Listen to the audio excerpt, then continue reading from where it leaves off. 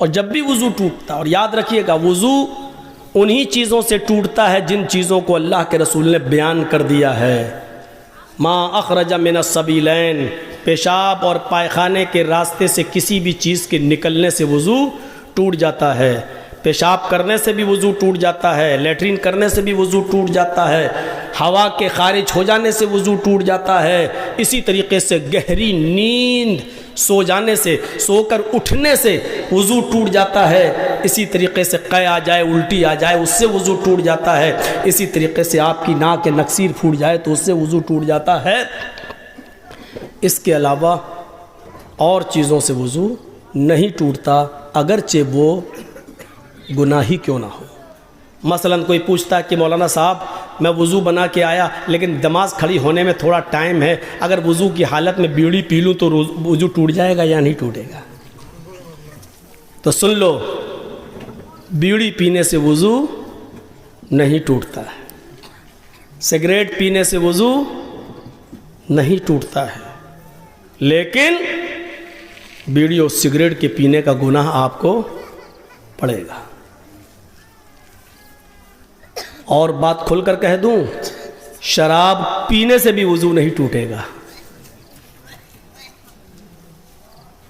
ہاں، شراب پینے کے بعد نشہ اتنا آیا کہ آپ کو ہوش ہی نہیں ہے، تب آپ کا وضو ٹوٹ جائے گا، کیونکہ اب آپ کو ہوش نہیں ہے۔ وضو آپ کا تب ٹوٹے گا، لیکن شراب پینے سے وضو نہیں ٹوٹے گا، لیکن شراب پینے کا گناہ پڑے گا۔ اس سے بھی زیادہ کھل کے کہہ دوں، ماں بہن کی گالیاں جو لوگ دے دیتے ہیں وضو کی حالت میں، گالی دینے سے بھی وضو نہیں ٹوٹے گا، کیونکہ شریعت نے وضو ٹوٹنے کی جو شرائط بتائی ہیں ان میں گالی دینا شامل نہیں ہے۔ گالی دینے سے بھی وضو نہیں ٹوٹے گا، لیکن گالی دینے کا گناہ پڑے گا۔ ہاں، اونٹ کا گوشت کھانے سے وضو ٹوٹ جائے گا۔ ساری کوئی بھی چیز کھائیے، کسی بھی چیز کے کھانے سے وضو نہیں ٹوٹے گا، لیکن اونٹ کا گوشت کھانے سے وضو ٹوٹ جائے گا۔ یہ حدیث ہے۔ کیوں ٹوٹے گا مصلحت نہیں معلوم ہے، لیکن بعض علماء نے لکھا ہے، شارحین حدیث نے لکھا ہے، چونکہ اونٹ بہت گرم ہوتا ہے اور گرم چیز کھانے کے بعد اس کی گرمی کو ختم کرنے کے لیے پانی کی ضرورت پڑتی ہے، اس لیے وضو بتایا ہے۔ لیکن یہ مصلحت ایسے ہی لوگوں نے بتا دی ہے، اس کی کوئی دلیل نہیں ہے۔ جہاں تک میرا اپنا علمی ناقص علم کا تقاضا ہے، میں کہہ سکتا ہوں کہ وضو کے ٹوٹنے کی شاید یہ وجہ ہو سکتی ہے کہ اونٹوں کے اوپر جنات کا سایہ زیادہ ہوتا ہے۔ اونٹ کے اوپر اکثر جنات کا سایہ زیادہ ہوتا ہے، اور جنات آگ سے پیدا ہوتے ہیں، اس لیے آگ کو بجھانے کے لیے پانی کی ضرورت پڑتی ہے۔ اس لیے اونٹ کو کھا کر، اس کا گوشت کھا کر کہیں اونٹ کے اوپر جو سوار جنات، اس کا اثر آپ کے اوپر نہ آ جائے، اس لیے اس جنات کے اثر کو ختم کرنے کے لیے وضو کی ضرورت ہے۔ وضو بنا لیں گے تو اثر ختم ہو جائے گا، شاید اس لیے وضو بتایا ہو، لیکن وجہ کچھ بھی ہو، سچ یہ ہے کہ اونٹ کا گوشت کھانے سے وضو ٹوٹ جاتا ہے۔ ہمیں وضو بنانا ہے اونٹ کا گوشت کھا کر۔ مثلا ہم باوضو ہیں، کسی نے اونٹ کا گوشت دے دیا، ہم نے کھا لیا، اب ہمارا وضو نہیں رہا، اب ہمیں نماز پڑھنا ہے تو وضو بنانا پڑے گا۔ مصلحت کچھ بھی ہو، ہمیں یہ حکم ماننا ہے، کیونکہ جناب محمد رسول اللہ صلی اللہ علیہ وسلم نے فرمایا ہے۔ تو یہ مرغی کھائیے، بکری کھائیے، گائے کھائیے، بھینس کھائیے، جتنے حلال جانور کھائیے، باوضو ہے، آپ کا وضو نہیں ٹوٹے گا، لیکن اونٹ کا گوشت کھائیں گے اس کے بعد وضو آپ کا ٹوٹ جائے گا۔ اور چیزوں سے وضو نہیں ٹوٹے گا، گالی آپ دے رہے ہیں نہیں ٹوٹے گا وضو، لیکن ہاں گالی دینے کا گناہ پڑے گا۔ اب سوال یہ کہ ہم نے کسی کو گالی دی، تیری ماں کا، تیری، اب گالی دینے کے بعد وضو ہے ہی، اب ہم نماز پڑھنے جائیں، ہاں جا سکتے ہو۔ مولانا صاحب گالی دی تو اب کیا کرو گے؟ گالی دی تو دوبارہ وضو بناؤ گے؟ گالی دینے سے وضو تھوڑی ٹوٹا، وہ تو گناہ تیرا لکھ گیا ہے، بائیں ہاتھ کے کاندھے پر جو فرشتہ ہے اس نے لکھ لیا تیرا گناہ۔ اب تم جاؤ اللہ اکبر کہو، نماز پڑھو، اب اس میں دعا تو آئے گی، اعوذ باللہ من الشیطان الرجیم بسم اللہ الرحمن الرحیم، بھائی سبحانک اللہم پڑھو گے تو اس میں پڑھو گے نا،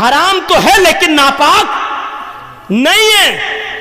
اللہ کے رسول نے بلی کو کاٹنا اور ذبح کر کے اس کا گوشت کھانا حرام بتایا ہے، لیکن جب اللہ کے نبی وضو بناتے تھے تو بلی آپ کے پاس چلی آتی تھی، آپ جس لوٹے سے وضو بنا رہے ہیں پانی سے، بلی کی زبان نکلی، آپ اسی لوٹے کو ٹیڑھا کر دیتے تھے، بلی اسی لوٹے سے پانی پی لیا کرتی تھی، اور بلی کے جھوٹے پانی سے اللہ کے رسول وضو بنا لیا کرتے تھے، اور وضو بنا کر آپ مسجد میں نماز بھی پڑھنے جاتے تھے۔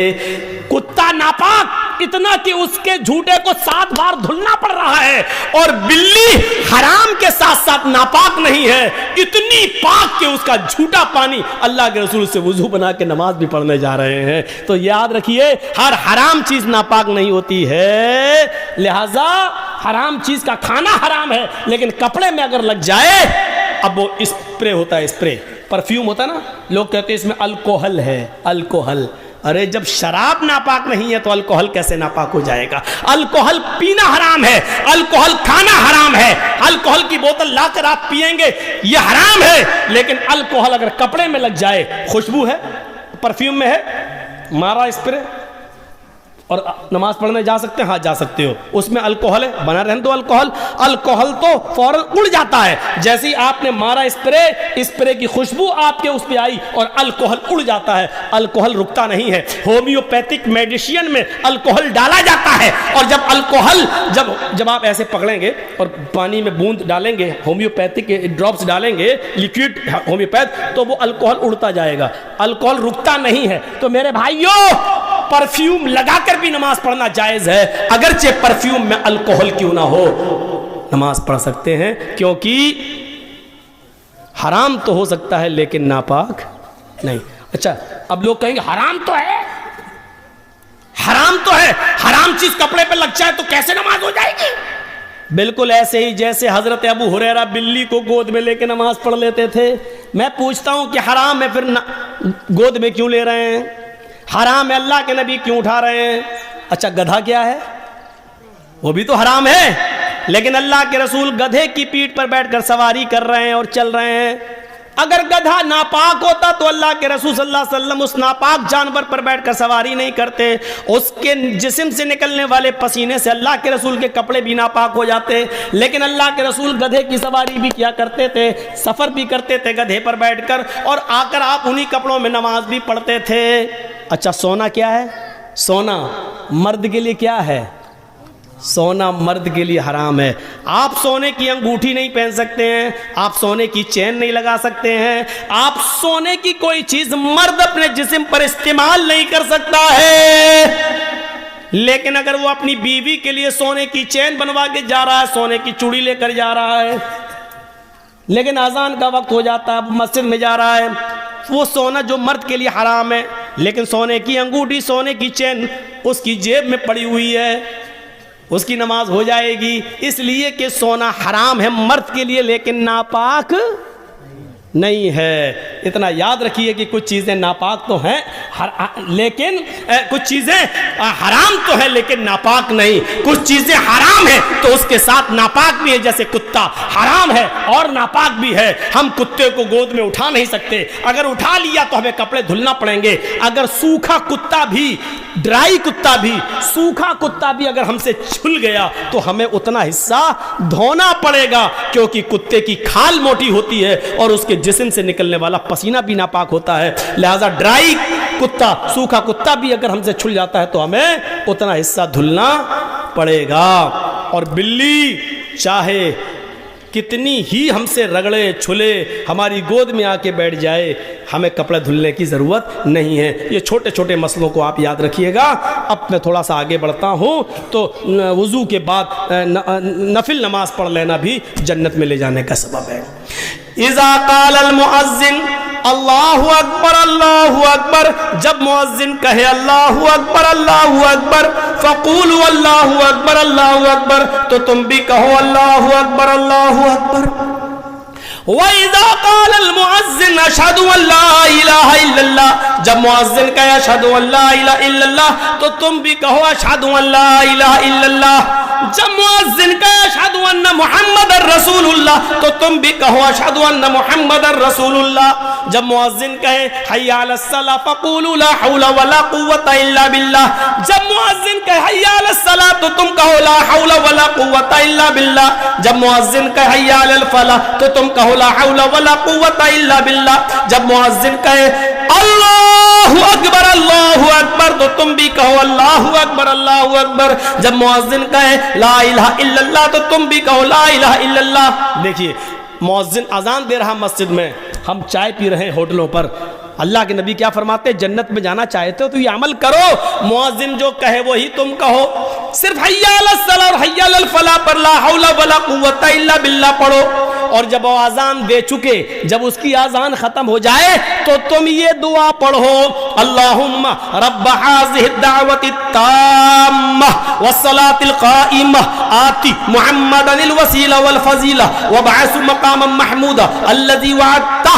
جس نے یہ دعا پڑھ لی مؤذن کے اذان دینے کے بعد، جس نے یہ دعا پڑھی حلت لہ شفاعت یوم القیامہ، قیامت کے دن اللہ رب العالمین کی جانب سے اس آدمی کے لیے شفاعت کرنا میرے لیے حلال ہو جائے گا۔ یہ جہنم کے دروازے پر بھی کھڑا ہوگا، میں اس کو جہنم کے دروازے سے کھینچ کر لے آؤں گا۔ اللہ مجھے اس بات کی اجازت دے گا کہ میں اس کی شفاعت کروں، سفارش کروں، اور اس کو جہنم کے دروازے سے بھی کھینچ کر میں جنت میں لے جاؤں گا اور داخل کر دوں گا۔ یعنی اس آدمی کے لیے سفارش کرنا میرے لیے حلال ہو جائے گا۔ اب آپ اندازہ لگائیے، اذان کے کلمات دہرانا ہے اور یہ دعا پڑھنا ہے، اور ہمارے لیے اللہ کے رسول سفارش کرنے کے لیے تیار ہیں۔ یہ جنت میں جانے کا ایک راستہ ہے۔ ایک صحابی اللہ کے نبی کے پاس آئے، اب تو اتنی چیزیں ہو گئیں کہ ہم کسی کو کھڑا کر کے پوچھیں کہ کتنی ہے تو کوئی نہیں بتا پائے گا۔ اب تو ہمیں بھی سوچنا پڑے گا ہم کتنی بتا چکے ہیں۔ ایک صحابی اللہ کے نبی کے پاس آئے، کہا دلنی علی عمل اذا عملتہ دخلت الجنہ، ایک ایسا عمل بتا دیجئے کہ جس کو میں کروں اور کرتے ہی جنت میں داخل ہو جاؤں۔ اے اللہ کے رسول ایسا عمل بتاؤ جس کو میں کروں اور جنت میں داخل ہو جاؤں۔ تو اللہ کے نبی نے اس کو کیا فرمایا؟ تعبد اللہ، ایک اللہ کی عبادت کر، تقیم الصلاۃ المفروضہ، فرض نماز کی،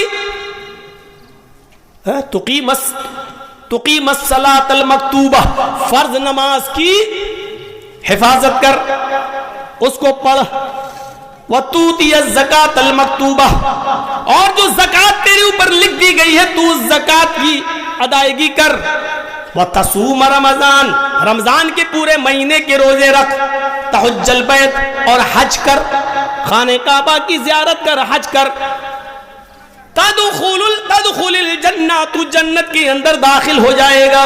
لیجئے کتنا آسان راستہ بتا دیا اللہ کے نبی صلی اللہ علیہ وسلم نے۔ یہ جنت میں جانے والا راستہ ہے، اور جنت میں جانے والے راستے اللہ کے نبی بتلا رہے ہیں۔ آئیے، یہ ہماری ماں بہنیں آئی ہیں، ان کو بھی جنت میں جانے کا ایک راستہ بتا دوں۔ بیٹھ جاؤ بھائی، مت اٹھو سامنے سے، ایک بھی راستہ نکل گیا تو کیا کرو گے؟ سنیے بہت اچھا، ماں بہنیں آئی ہیں، سن لو۔ ایّم امرات اذا صلت خمسہا وصامت شہرہا واحسنت فرجہا واطاعت بعلہا فلتدخل من ای ابواب الجنت شاءت۔ یہ چاروں چیزیں عورتوں کے لیے بتائی جا رہی ہیں۔ جو عورت پانچوں وقت کی نماز پڑھ لے، پابندی کے ساتھ پانچوں وقت کی نماز پڑھتی ہو، وصامت شہرا، رمضان کے پورے مہینے کے روزے رکھتی ہو، واحسنت فرجا، اپنی شرمگاہ کی حفاظت کرتی ہو، بیہودہ کپڑے نہ پہنتی ہو، کپڑے لوز ہوں، ڈھیلے ڈھالے ہوں، چست نہ ہوں، اس کے جسم کا بنا اور کساوٹ دکھائی نہ دیتی ہو،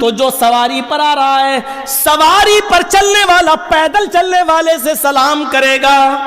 ادب دیکھیے, گھمنڈ توڑا اللہ کے رسول نے.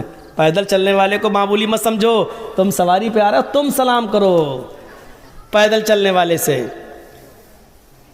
بڑی گاڑی والا چھوٹی گاڑی والے سے سلام کرے گا.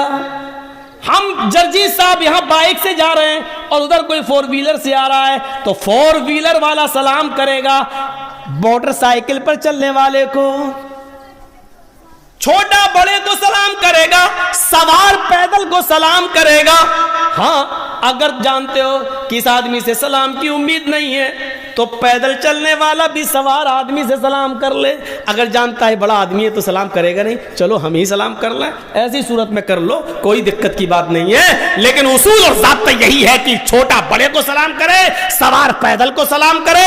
فرمایا افشوا السلام, سلام کو عام کرو.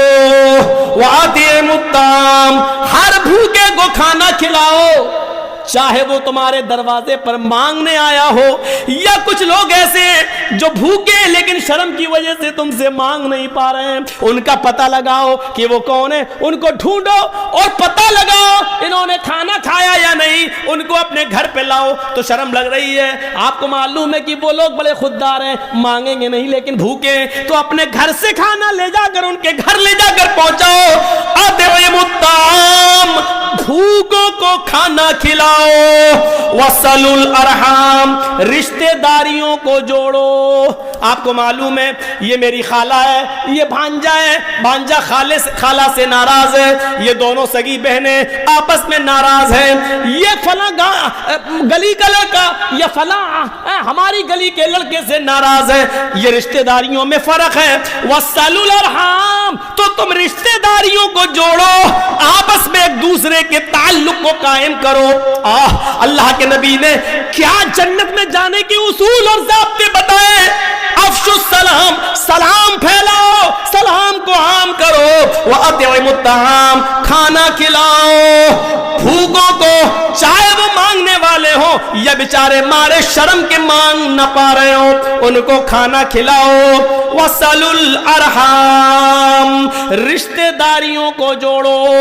جو بھی ایک دوسرے سے کٹا ہوا ہے, یہ سماج اور سماج کے سردار کی ڈیوٹی ہے, سماج کے ذمہ دار کی ڈیوٹی ہے کہ وہ ان کے آپس میں جھگڑے کو ختم کر کے ان کو ملائے.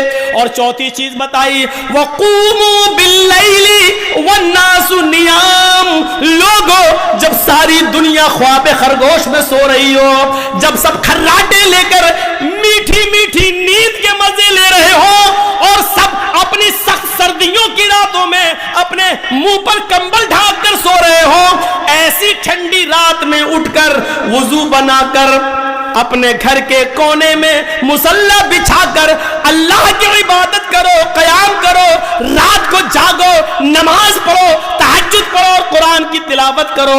وقوموا باللیل, رات کے کسی حصے میں اٹھو.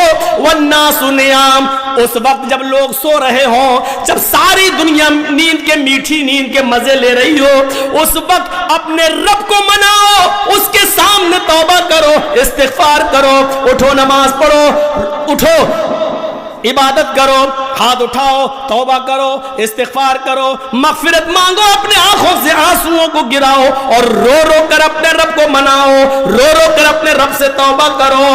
تم یہ 4 کام اگر کر لو گے, افشوا السلام, پھر سے سنو, سلام پھیلاؤ, وَأَطْعِمُوا الطَّعَامَ, بھوکے کو کھانا کھلاؤ, رشتہ داریوں کو جوڑو, اور رات کے تاریک حصے میں جب پوری دنیا سو رہی ہو تو اکیلے اٹھو اور اللہ کو یاد کرو, رو اور گڑ گڑاؤ. رات کی تاریکی میں کون اٹھتا ہے؟ رات میں وہی اٹھے گا جس کو گھمنڈ نہیں ہوگا, کیونکہ وہ جانتا ہے ساری دنیا سو رہی ہے, اس کے اندر دکھاوا نہیں ہوگا. مولانا جرجیس رات کی تاریکی میں مسجد میں آ کے نماز پڑھیں تو دکھاوا ہو سکتا ہے کہ لوگوں کو دکھانے جا رہے ہیں کہ دیکھو ہم رات میں تہجد پڑھتے ہیں, لیکن گھر کے اندر جب سارے لوگ پورا محلہ سو رہا ہے لیکن گھر کے اندر ہم نماز پڑھ رہے ہیں تو کون جانتا ہے کہ ہم رات کو اٹھ کے نماز پڑھ رہے ہیں. اس لیے فرمایا جب ساری دنیا سو رہی ہو تو تم اٹھو اور گھر کے کونے میں تم نماز پڑھو, عبادت کرو اور دعا, کیونکہ اس وقت تمہارے اندر گھمنڈ نہیں ہے, تکبر نہیں ہے, تدخلوا الجنت بسلام، اگر یہ 4 کام تم کر لو تو تم سلامتی کے ساتھ جنت میں داخل ہو جاؤ گے، سلامتی کے ساتھ تم جنت میں چلے جاؤ گے۔ سلام کو پھیلاؤ، بھوکوں کو کھانا کھلاؤ، یہی حال ہونا چاہیے۔ کتنی اچھی چیزیں بتائی ہیں، یہ جنت میں جانے کے راستے ہیں۔ اور ہم کیوں آئے اس دنیا کے اندر؟ اسی کھوئے ہوئے مقام کو، جس مقام سے ہمارے باپ آدم اور حوا کو نکالا گیا، اس مقام کو دوبارہ پانے کے لیے اللہ نے یہاں بھیجا ہے۔ اب غلطی یہاں مت کرنا، تمہارے باپ آدم جنت میں شیطان کی بات مان چکے ہیں، ادھر بھی شیطان تمہارا پیچھا کرے گا۔ اب ادھر تم اس کی باتوں کو ریجیکٹ کر کے، اس کی باتوں کو اپنے پیروں سے روند کر، قرآن و حدیث کی بات پر عمل کر کے اس کھوئے ہوئے مقام کو دوبارہ پالو۔ اس لیے ہمیں بھیجا گیا ہے۔ اور آپ سے بہت ہی مؤدبانہ گزارش، جلسوں کے اندر میلوں کو بند کریے۔ ہندوستان کے کسی بھی کونے میں چلے جائیے، میلہ نہیں لگتا ہے۔ ہم یو پی میں جلسے کرتے ہیں، کسی جلسے میں میلہ نہیں لگتا ہے۔ ہم آندھرا میں جاتے ہیں، میلہ نہیں لگتا ہے۔ ہم تلنگانہ میں جاتے ہیں، میلے نہیں لگتے ہیں۔ کشمیر جاتے ہیں، میلے نہیں لگتے ہیں۔ پنجاب جاتے ہیں، ہریانہ جاتے ہیں، راجستھان جاتے ہیں، میلہ نہیں لگتا ہے۔ صرف بہار کے چند علاقوں میں اور بنگال میں تو پورے بنگال میں تو کہیں دیکھتے ہی نہیں کہ میلہ نہ لگتا ہو۔ صرف آپ ہی نہیں، اور میلوں میں جتنا ننگا ناچ ہوتا ہے وہ میرے بھائیوں بیان کرنے کے لائق نہیں۔ جس طریقے سے جوان لڑکیوں کی بھیڑ ہوتی ہے، یہ بیان کرنے کے لائق نہیں ہے۔ کس منہ سے تم حجاب کے خلاف آندولن کرو گے؟ کس منہ سے کرو گے؟ تم اپنے جلسوں میں جب میلے میں آنے والی اور ان ڈرامے باز جوان لڑکیوں کو ان کی پوشاک اور ان کی لپسٹک اور کریم اور پاؤڈر سے نہیں روک سکتے ہو، اور میلے میں ان کے اوپر بین نہیں لگا سکتے ہو، تو حجاب کیا قائم کروا پاؤ گے آپ؟ حجاب تو اتروایا جا رہا ہے۔ اس کے جواب میں ہونا تو یہ چاہیے تھا کہ اچھا ہماری مسلم بیٹیوں سے حجاب اتروائے گا۔ اس ضد میں پورے ہندوستان کی ساری عورتوں کو حجاب پہننا شروع کر دینا چاہیے تھا کہ حجاب صرف اس لڑکی کا مسئلہ نہیں، ہمارے اسلام سے جڑا ہوا ایک اہم مسئلہ ہے۔ ہونا تو یہ چاہیے تھا۔ صرف جلوس نکال لینے سے حق ادا نہیں ہو جائے گا، ٹی وی پر ڈیبیٹ ہو جانے سے حق ادا نہیں ہو جائے گا۔ بہت ہی معذرت کے ساتھ کہنا پڑتا ہے، دیکھیے گا ابھی کچھ دیر پہلے کیا حال تھا اسی روڈ کا۔ لڑکوں سے زیادہ لڑکیاں دکھائی دے رہی تھیں، اور 5-6 سال کی بچیاں نہیں، 15, 16, 18, 20 سال کی لڑکیاں۔ اور وہ کپڑے،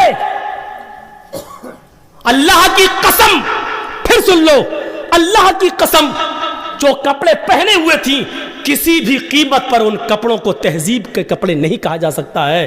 کسی بھی قیمت پر ان کپڑوں کو شرم و حیا کے کپڑے نہیں کہا جا سکتا ہے۔ بے شرمی اور بے حیائی کے کپڑے پہنے ہوئے تھے۔ اب بتانا پڑے گا کہ بے شرمی اور بے حیائی کا کپڑا کون سا ہوتا ہے۔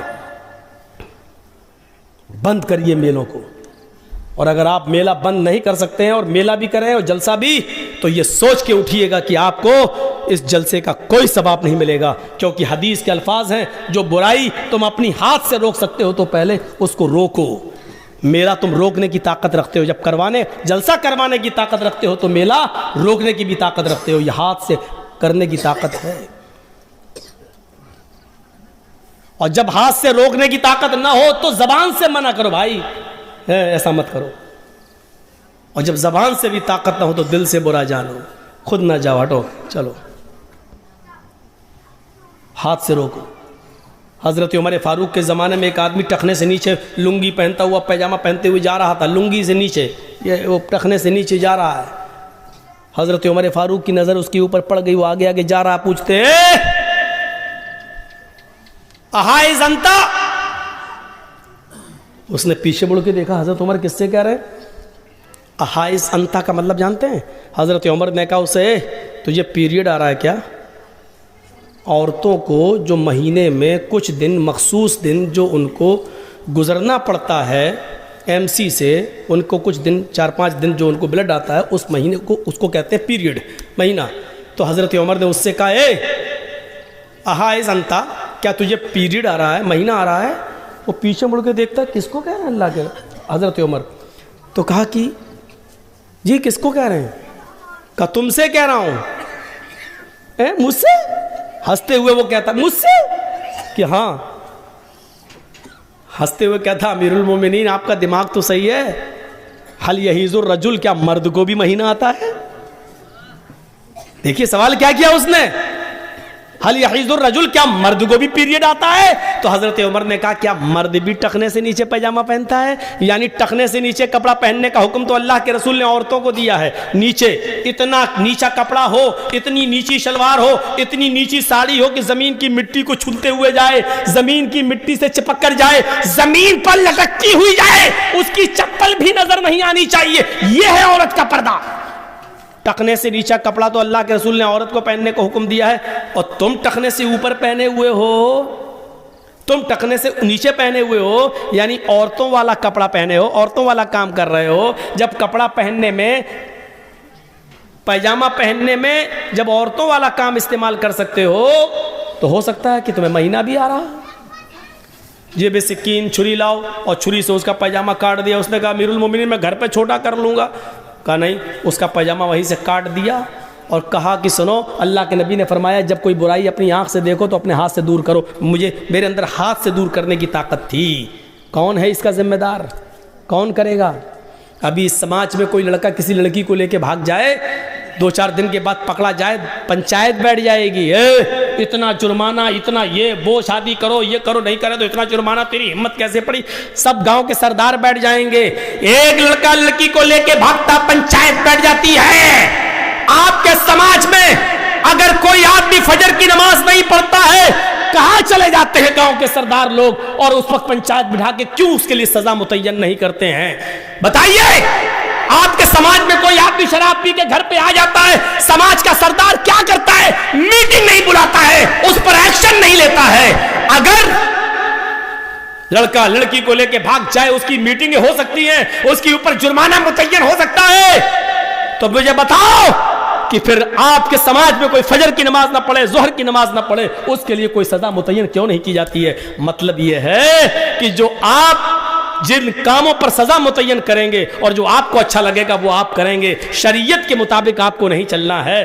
آپ جس کی چاہیں گے اس کی پنچایت بٹھائیں گے، اور جو گناہ ہیں اور جن گناہوں کی نہیں چاہیں گے ان گناہوں کی، یہ آپ کی مرضی پر نہیں چلے گی۔ میرے بھائیو، اسلام کے اندر نہیں چلے گی۔ اندازہ لگائیے اور غور کیجئے، اللہ کے نبی صلی اللہ علیہ وسلم فرماتے ہیں مَن يَضْمَن لِّي بَيْنَ لِحْيَيْهِ وَرِجْلَيْهِ أَضْمَن لَّهُ الْجَنَّةَ، جو مجھے ان 2 چیزوں کی ضمانت دے دے، جو مجھے ان 2 چیزوں کی گارنٹی دے دے، میں اس کو جنت کی گارنٹی دیتا ہوں۔ کون سی ہیں وہ 2 چیزیں؟ بَيْنَ لِحْيَيْهِ، دونوں، یہ جو داڑھی کے جو دونوں کنارے ہیں، گال، منہ، ان کے بیچ میں زبان، جو مجھے دونوں جوڑوں کے بیچ کی چیز یعنی زبان کی ضمانت دے دے، میں اس سے کبھی غلط نہیں بولوں گا، جھوٹ نہیں بولوں گا، چوری نہیں، جھوٹ نہیں بولوں گا، غیبت نہیں کروں گا، کسی کی برائی نہیں کروں گا، جب بھی بولوں گا سچ بولوں گا، اس کو کبھی برے چیزوں میں استعمال نہیں کروں گا۔ وَبَيْنَ رِجْلَيْهِ، اور اپنے دونوں پیروں کے بیچ، دونوں ٹانگوں کے بیچ یعنی شرمگاہ کی حفاظت دے دے، ہم اس کو کبھی غلط کام میں استعمال نہیں کریں گے۔ جو ان 2 چیزوں کی ضمانت مجھے دے دے، اضمن لہ الجنہ،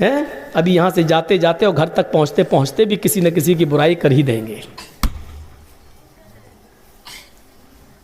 اور اس معاملے میں ہمارے دائیں بائیں جو بیٹھی ہوئی ہیں حجنیں چودرانہ یہ محلے کی عورتیں نا, یہ ان کی یہ تو اماں ہے باتوں کی, ان کو تو ایوارڈ ملنا چاہیے.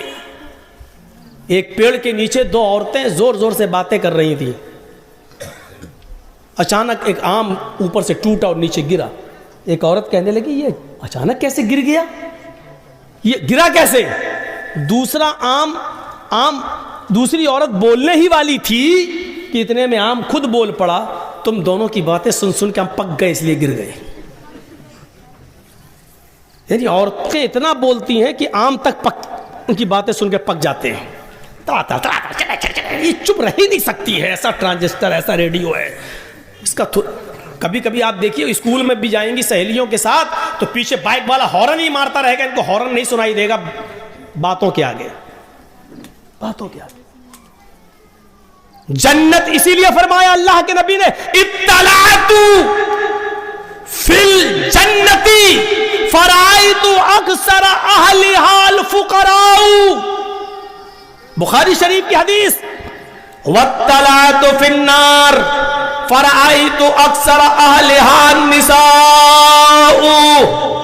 اللہ کے نبی فرماتے ہیں کہ میں جب جنت میں گیا تو میں نے جنت میں جھانک کر دیکھا. جب مجھے معراج ہوئی میں نے جنت میں جھانک کر دیکھا فرائیت اکثر اہلھا الفقراء, تو میں نے جنت کے اندر سب سے زیادہ تعداد غریبوں کی دیکھی, مسکینوں کی دیکھی, فقیروں کی دیکھی. یعنی امیروں کو میں نے جنت میں کم دیکھا. یہ آج کے دولت مند اور امیر لوگوں کے لیے بہت بڑی نصیحت ہے یہ حدیث. اللہ کے رسول کہہ رہے ہیں اور اس حدیث کو کوئی ٹھکرا نہیں سکتا, بخاری کی ہے. فرائیت اکثر اہلھا الفقراء. جب میں نے جنت میں جھانک کر دیکھا تو میں نے سب سے زیادہ جب میں نے جنت میں جھانک کر دیکھا تو جنت کے اندر سب سے زیادہ تعداد میں نے فقیروں کی دیکھی, غریبوں کی دیکھی, محتاجوں کی دیکھی, بے بس اور کمزور لوگوں کی دیکھی. غریب آدمی کو کیا حساب کتاب دینا, اس کو دولت کا حساب دینا ہی نہیں ہے, اس کے پاس ہے ہی نہیں, اس کو ظلم کا حساب دینا ہی نہیں. غریب آدمی وہ دوسرے کے اوپر ظلم کر ہی نہیں سکتا بیچارہ. اس کو کسی کا اس کو نماز کا, روزے کا, بس دو ہی چیزوں کا حساب دینا ہے. زکات تو اس کے اوپر فرض تھی ہی نہیں بیچارے کو کہ زکات دی تھی کہ نہیں, اس کے پاس خود ہی نہیں تھا, وہ دوسروں سے خود زکات لیتا تھا. تو اس کو نماز اور روزے کا حساب دینا, بس زکات اس کے اوپر تھی نہیں کیونکہ وہ خود غریب ہے. حج اس کے اوپر تھا ہی نہیں کیونکہ حج کا پیسہ ہی نہیں تھا, وہ غریب آدمی. اس لیے فرمایا کہ غریب آدمیوں کو جنت میں اس لیے دیکھا کیونکہ وہ ان کا حساب کتاب جلدی ہو گیا اور وہ بیچارے اپنے حساب کتاب میں پھنسے ہی نہیں کیونکہ زکات ان پہ تھی نہیں اور حج ان پہ تھا ہی نہیں. کلمہ پہلے سے پڑھے ہوئے تھے, نماز اور روزے کے حساب میں کامیاب ہو گئے اور ان کو جنت میں داخل کر دیا. لیکن امیروں کو میں نے جنت میں کم دیکھا کیونکہ امیر کبھی زکات کے معاملے میں پھنس گئے, ڈالو جہنم میں. حج صاحب استطاعت ہے لیکن حج نہیں کیا, ڈالو جہنم کے اندر. بہت بڑا گناہ ہے صاحب استطاعت ہو کر بھی حج نہ کرنا. اتنا یاد رکھنا, آپ کے پاس استطاعت ہے اور حج کرنے نہیں جا رہے, نہیں صاحب 2 بیٹیاں رہ گئی, پہلے ان کی شادی کر دیں تب چلے جائیں گے. اور ان کی شادیوں سے پہلے ہی استطاعت ہے لیکن اس لیے رک گئے ہیں کہ ابھی ایک بیٹی رہ گئی ہے, اس کا پہلا نکاح کر دوں اس کے بعد جائیں, پہلے ذمہ داریوں سے سب گدوش ہو جائیں. نہیں, اگر اس حال میں مر گئے اور حج سے پہلے آپ کا انتقال ہو گیا یہ سوچ کر کہ پہلے بیٹی کی شادی کریں گے تو مات علی المجوسیہ, آپ اسلام پر نہیں مریں گے, آپ کی موت مجوسیت پر ہوگی, آگ کے پجاری بن کر مریں گے, آگ کی عبادت کرتے ہوئے مریں گے. یعنی آپ کی موت اسلام پر نہیں ہوگی. ذرا غور کیجئے, کس کے پاس نہیں ہوگا 2.5 لاکھ 3 لاکھ روپیہ, 3.5 لاکھ روپیہ اگر ہے, صاحب میں شادی کرنا ہے, یہ شادی اور جہیز یہ سب جھمیلے تو ہم نے خود پالے. شریعت میں تو نہیں ہے کہ اتنا جہیز دو, شریعت میں تو یہ ہے کہ جو دہیج مانگتا ہے وہ انٹرنیشنل بھکاری ہے. آپ دے کیوں رہے ہیں؟ سماج کے اندر بھاگنے والے لڑکے لڑکیوں کی پنچایت بیٹھ جاتی ہے, دہیج کے خلاف پنچایت کیوں نہیں بیٹھتی ہے؟ صاحب ہمارے گاؤں میں کوئی آدمی دہیج دے گا اپنی لڑکی کو تو اس پر بھی ایکشن لیا جائے گا, کوئی آدمی اگر جہیز لے گا تو اس پر بھی ایکشن لیا جائے. کیوں نہیں ہوتی ہے پنچایتیں؟ کیوں نہیں ہوتی پنچایتیں؟ صرف چند چیزوں کی آپ بیٹھکیں کریں گے. ہم نے کسی کو مارا, آپ سردار صاحب فیصلہ کریں گے گاؤں کے, کیوں مارا, چلو تم اس کو مارو یا اتنا پینالٹی دو. لڑکا دہیج مانگ رہا ہے, ہم موٹر سائیکل دے رہے ہیں, اس لڑکے کی اور دینے والے آدمی کی جس نے اپنی بیٹی کو جہیز میں شادی میں بائک دی ہے, موٹر سائیکل دی, ان کی پنچایت کیوں نہیں بیٹھتی ہے؟ بیٹھنا چاہیے. اطلعت فی الجنت فرأیت اکثر اہلها الفقراء, میں نے جنت میں جب جھانک کر دیکھا تو مجھے اکثر فقیر, غریب, بے بس, مجبور لوگ نظر آئے. جنت کے اندر غریبوں کی تعداد ہم نے زیادہ دیکھی, امیروں کی تعداد ہم نے کم دیکھی. اب دوسرا ٹکڑا, واطلعت فی النار, ہم نے جہنم میں جب جھانک کر دیکھا, ابھی تو جنت ہو گئی. اللہ کے نبی فرماتے واطلعت فی النار, جب ہم نے جہنم میں جھانک کر دیکھا, فرأیت اکثر اہلها النساء, تو جہنم میں جلنے والیوں میں میں نے سب سے زیادہ عورتوں کو دیکھا. جہنم میں سب سے زیادہ میں نے عورتوں کی تعداد دیکھی. جلسوں میں بھی میلہ دیکھنے آؤ گی تو کیا ہوگا؟ جلسوں میں بھی ہاف آستینوں کے کپڑے پہن کر آؤ گی تو کیا ہوگا؟ جلسوں میں بھی لپسٹک کو کریم لگا کر اور عطر لگا کے آؤ گی تو کیا ہوگا؟ المرأۃ اذا استعطرت فمرت بالمجلس, عطر تو بہت بڑی چیز ہو گئی, خوشبودار کوئی بھی چیز لگا لے, چاہے تیل ہی کیوں نہ ہو. جس عورت نے تیل, خوشبودار کوئی چیز اپنے جسم پر لگا لی, بالوں میں خوشبودار تیل ہی کیوں نہ لگا لیا, ڈابر آنولا ہی کیوں نہ لگا لیا, جس سے خوشبو آتی ہے, اتنا سا تیل سر میں خوشبودار کوئی چیز لگا لی, فمرت بالمجلس, اور وہ نکل جائے سڑک پر, نکل جائے روڈ پر, نکل جائے مجلس میں, لوگوں کے بیٹھنے کی جگہ یا لوگوں کے چائے پینے کی جگہ یا میلے ٹھیلے یا بازار میں جہاں مرد بیٹھے ہوں اس راستے سے نکل جائے. اللہ کے نبی فرماتے فمرت بالمجلس فہی کذا وکذانی الزانیۃ والزانیۃ الزانیۃ, اللہ کے نبی فرماتے ہیں بس گزر جائے, خوشبودار کوئی چیز لگا کر نکل جائے, فمرت بالمجلس, گزر جائے, فہی کذا وکذا, وہ ایسی ہے, وہ ایسی ہے. پھر آپ نے خود ہی بتا دیا, آنی الزانیۃ الزانیۃ الزانیۃ, وہ بد چلن ہے, وہ بد چلن ہے, وہ بد چلن ہے, وہ بے حیا ہے, وہ بے حیا ہے, وہ بے حیا ہے, گزر جانے والی بے حیا ہے. بات نہیں کرے, سلام نہ کرے, کچھ نہ کرے, صرف چلی جائے تو بے حیا ہے, اور بیٹھ جائے بات کرے, سامان خریدے, لڑکوں سے بھی بات کرے, وہ کون ہوئی؟ چلو یہ آپ کے سوچنے کے لیے چھوڑ دیتا ہوں, ہم بولیں گے تو آپ شاید کل ہمیں بیٹھنے بھی دو, اتنا برا بولتا ہے ہماری ماں بہن بیٹیوں کو, ہم نہیں بولیں گے. آپ سوچو, جب گزرنے والی یہ ہو گئی تو بات کرنے والی, چونچ چلانے والی, لڑکوں کے ساتھ گھومنے والی کون ہوئی؟ اور میں نے بتایا تھا شاید موزم پور کے ابھی جلسے کے اندر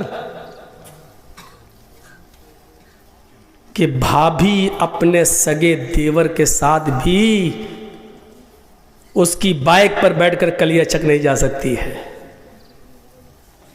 اور سالی اپنے بہنوئی کے ساتھ اس کی بائک پر بیٹھ کر اسکول نہیں جا سکتی ہے.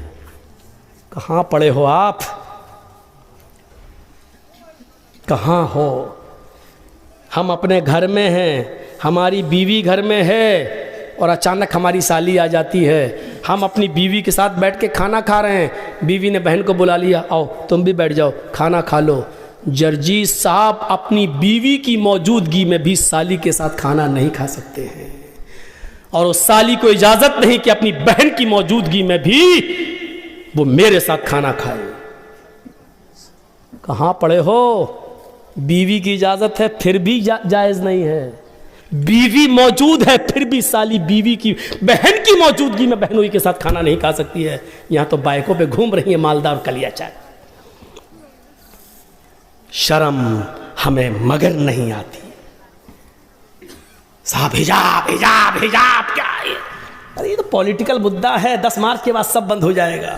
یہ پولیٹیکل مدعے نہیں ہیں، یہ ہمارے اسلام کا ایک حصہ ہے.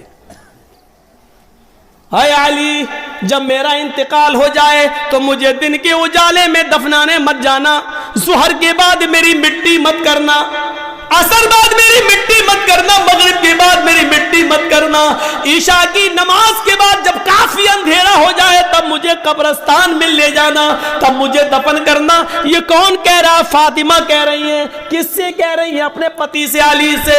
اے علی، میں نہیں چاہتی کہ میرے مردہ جسم پر پڑے ہوئے کفن پر بھی کسی غیر مرد کی نظر پڑے. مردہ جسم پر پڑے ہوئے کفن پر بھی غور سے سنو، میری بہنوں غور سے سنو، میری بیٹیوں غور سے سنو، میری ماں غور سے سنو، میرے مرے ہوئے، میرے مردہ جسم پر پڑے ہوئے کفن پر بھی کسی غیر مرد کی نظر پڑے. میں یہ بھی نہیں چاہتی. ایک طرف تو مردہ مرنے کے بعد ویسے ہی سارے احکام ختم، مردہ جسم پر کفن، اس کفن کی کوالٹی اور کلر سفید اور وائٹ رنگ کا، لیکن میں نہیں چاہتی ہوں کہ کفن سے لپٹ جاؤں تب جب میرا چہرہ بھی چھپا ہوا ہو اور مجھے لے جایا جا رہا ہو تو چہرہ تو چھپا ہے، پیرہا سب چھپے، پھر بھی کفن تو نظر آ رہا ہے. میں نہیں چاہتی کہ میرے مردہ جسم پر پڑے ہوئے کفن پر بھی نظر کسی مرد کی نظر پڑے. محمد رسول اللہ کی بیٹی یہ کہہ رہی ہے، فاطمہ یہ کہہ رہی ہے، جب رات کا اندھیرا ہو جائے، اتنی رات ہو جائے کہ سفید رنگ کا کفن بھی رات کی تاریکی میں دکھائی نہ دے، تب مجھے رات کے اندھیرے میں قبرستان لے جانا اور آپ مجھے قبر کے اندر اتارنا، آپ سب سے پہلے مجھے مٹی دینا. میرے پیارے ساتھیوں، غور کرو، یہ مسئلے کو ایک طوفان بنایا جا سکتا ہے کہ شوہر بیوی کو غسل دے سکتی ہے یا نہیں، بیوی مرنے کے بعد شوہر کو غسل دے سکتی ہے یا نہیں، لیکن فاطمہ کہہ رہی ہے، اے علی، میرے انتقال کے بعد آپ میرے بدن کو ہاتھ لگائیں گے، آپ مجھے غسل دیں گے، میں آپ کے ہاتھ سے نہانا پسند کروں گی، مجھے آپ غسل دیجئے گا. حضرت ابو بکر صدیق کی جب بیوی کا انتقال ہوتا ہے، ابو بکر صدیق کا جب انتقال ہوتا ہے تو ابو بکر صدیق کو ان کی بیوی نے غسل دیا. ابو بکر صدیق کا جب انتقال ہوتا ہے تو ان کو ان کی بیوی نے غسل دیا، اور فاطمہ کا جب انتقال ہوتا ہے تو ان کو ان کے شوہر حضرت علی نے غسل دیا. یہ جھمیلے اپنے اپنے مسلکوں کے اعتبار سے کیے جا سکتے ہیں کہ غسل دینا جائز ہے کہ ناجائز ہے، لیکن اگر ناجائز ہوتا تو ابو بکر کو ان کی بیوی غسل نہ دیتی اور حضرت علی فاطمہ رضی اللہ تعالیٰ عنہا کو غسل نہ دیتے. میرے بھائیو، یہ پردہ ہے، اس پردے کو آپ لائیے اور نافذ کیجئے، تب جا کر حجاب کے خلاف احتجاج کرو تو اچھا بھی لگتا ہے یار، اچھا بھی لگتا ہے. ہماری بیٹیاں تو بے پردہ گھوم رہی ہیں، ہم احتجاج کر رہے ہیں اور حجاب کے فیور میں بول رہے ہیں. شرم آنی چاہیے، شرم آنی چاہیے. ایسے ہی وہ چھوٹے چھوٹے بچے 2 سال 3 سال 5 سال کے یا پیدا ہوتے ہی جو مر گئے، ماں باپ کو بڑا دکھ ہوتا ہے. 4 لڑکیوں کے بعد ایک بیٹا ملا اور وہ بھی 2 سال کی عمر میں چلا گیا، 3 سال کی عمر میں چلا گیا، 4 سال کی عمر میں چلا گیا. قیامت کے دن جنہوں نے اپنے بچوں کے انتقال پر صبر کیا ہوگا، انا للہ و انا الیہ راجعون، اور واویلا بچا کر نہیں روئے ہوں گے، نہ ماں نہ باپ، ایسے بچے قیامت کے دن اپنے ماں باپ کو جنت میں لے جائیں گے. لہو صغارہم دعامیس الجنہ، جن بچوں کی روحیں نکل جاتی ہیں وہ روحیں جنت کے اندر بے روک و ٹوک گھومتی رہتی ہیں، جہاں چاہتی جاتی آتی رہتی ہیں. قیامت کے دن جب حساب و کتاب ہوگا تو اللہ تعالیٰ ان بچوں کے ماں باپ کو، جن کے ماں باپ نے گناہ کیے ہوں گے، ان کو جہنم میں جانے کا فرمان صادر کر دے گا، جاؤ ان کو جہنم میں پھینک دو. جب ان کو جہنم میں لے جایا جا رہا ہوگا تو اللہ کی طرف سے ایک آواز آئے گی، غیب سے ایک ندا آئے گی، اے فرشتوں ابھی لوگوں کو روک لو. فرشتے روک دیں گے. دنیا میں ہم نے ان لوگوں سے ان کے بچے چھینے تھے، چھوٹے چھوٹے، وہ جنت کے اندر گھوم رہے ہیں. اے فرشتوں ان کو جہنم میں ڈالنے سے پہلے ان کو ان کے بچوں سے ملوا دو. جاؤ جنت سے ان کو بچوں کو لے آؤ. ان کو تو جنت میں لے نہیں جا سکتا ہے کیونکہ یہ گناہگار ہیں. بچوں ہی کو لاؤ اور ان سے ملوا دو. فرشتے جائیں گے اور ان چھوٹے چھوٹے معصوم بچوں کو 2 سال کے 3 سال کے 4 سال کے 5 6 سال 10 سال تک کے بچوں کو وہ فرشتے لے کر آئیں گے جن کو دنیا میں لے لیا گیا ہے, چھین لیا گیا, انتقال ہو گیا تھا. ان بچوں کو لا کر ان کے ماں باپ سے ملوایا جائے گا. بچے بڑے خوش ہوں گے اپنے ماں باپ کو دیکھ کر. بتایا جائے کہ تمہارے ماں باپ ہیں, تم چھوٹے پن میں ہی تمہیں اٹھا لیا گیا تھا, یہ تمہارے ماں باپ. وہ ان کے گلے لگیں گے, ملیں گے, چپکیں گے. ان کو کیا معلوم کہ میرے ماں باپ کو جہنم میں جانے کا حکم ہو گیا. تھوڑی دیر کے بعد آواز آئے گی, آئے فرشتوں, ملنے کا ٹائم ختم ہو چکا ہے, ان بچوں کو جنت میں لے جاؤ اور ان کے ماں باپ کو جہنم کے اندر پھینک دو. جب یہ چھوٹے چھوٹے بچے یہ سنیں گے کہ میرے ماں باپ گناہگار تھے اور ان کو جہنم میں لے جایا جا رہا ہے, یہ آواز سن کر فلم یاخذھا بثوبہما, وہ بچے فوراً جب یہ دیکھیں گے کہ میرے ماں باپ کو جہنم میں جانے کا مژدہ سنا دیا گیا ہے, خبر دے دی گئی ہے, تو وہ اپنے ماں باپ کے دامن کو پکڑ لیں گے, اپنے ماں باپ کے قمیص کو, چادر کو جو اوڑے ہوں گے وہ پکڑ لیں گے. فلم یاخذھا, پھر وہ اس کو نہیں چھوڑیں گے. فلم یاخذھا, نہیں چھوڑیں گے, اس کو پکڑ لیں گے بناحیۃ ثوبہا, کس کے. فلم یاخذ, پھر اس کو الگ نہیں ہوں گے, اس سے نہیں چھوڑیں گے. فرشتے کہیں گے ارے چھوڑو چھوڑو, کیا کر رہے ہو, نہیں چھوڑیں گے. یہ بچے چیخ کر کہیں گے الہ العالمین, یہ کیسا نیائے, یہ کیسا ججمنٹ, یہ کیسا انصاف. دنیا میں تو نے مجھ سے مجھے چھینا میرے ماں باپ سے, اور آخرت میں بھی میرے ماں باپ مجھ سے چھین رہا ہے. اگر ادھر بھی چھیننا تھا تو دنیا میں کیوں چھینا.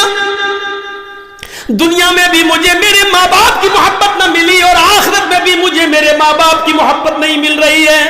اللہ, دنیا میں بھی ہم اپنے ماں باپ سے دور رہے اور آخرت میں بھی تو مجھے میرے ماں باپ سے دور کر رہا ہے. نہیں, اے اللہ, دنیا میں مجھے ماں باپ کا پیار نہ ملا, کم سے کم ہمارے ساتھ ہمیں آخرت میں تو میرے ماں باپ کا پیار دے دے. اور جب تجھے چھیننا ہی تھا تو ملوایا کیوں. یہ تھوڑی دیر کی ملاقات نے محبت کا ایک سمندر ہمارے دلوں میں پیدا کر دیا ہے. اے اللہ, میں اپنے ماں باپ کے دامن کو نہیں چھوڑوں گا. اللہ رب العالمین کی غیرت جوش میں آئے گی, پکار کر کہے گا اے فرشتوں, میں نے ان معصوم بچوں کی آرزو پوری کر دی, میں نے ان کی تمنا پوری کر دی, میں نے ان کی خواہش پوری کر دی. جاؤ, آئے چھوٹے چھوٹے بچوں, اپنے ماں باپ کی انگلی پکڑو اور ان کو جنت کے اندر لے جاؤ. جاؤ, میں نے تمہاری وجہ سے تمہارے ماں باپ کو معاف کر دیا ہے, ان کی مغفرت کر دی ہے. جاؤ, آئے بچوں, ان کی انگلی پکڑو اور تم خود اپنے ماں باپ کو جنت میں لے جاؤ. یہ سنتے ہی وہ بچے اپنے ماں باپ سے چپک جائیں گے اور وہ بچے اپنے ماں باپ کو پکڑ کر ان کی انگلی ان کو جنت کے اندر لے جائیں گے. تو چھوٹے چھوٹے بچے اپنے ماں باپ کو جنت میں لے جانے کا ذریعہ ہیں. اگر ان کا انتقال ہو جائے اور ماں باپ نے ان کے انتقال پر صبر کیا ہو تو, اور چیخ بھائی اب یہ کھلونا کون چلائے گا, یہ جو روتی ہے بیان کر کر کے, ان عورتوں کو جنت نہیں ملے گی. اس دن بھی صبر کرنے والیوں کو جنت ملے گی. میں نے آپ کا ٹائم 2 گھنٹے سے زیادہ لے لیا ہے. میرے بھائیوں, ہم اللہ سے دعا کرتے ہیں کہ بار الہ جنت میں لے جانے والے جو اعمال ہیں وہ ہمیں کرنے کی توفیق عطا فرما, ہمارے لیے جنت میں جانے کا راستہ آسان بنا دے. بار الہ جب تک تو ہمیں زندہ رکھ, اسلام پر زندہ رکھنا, اور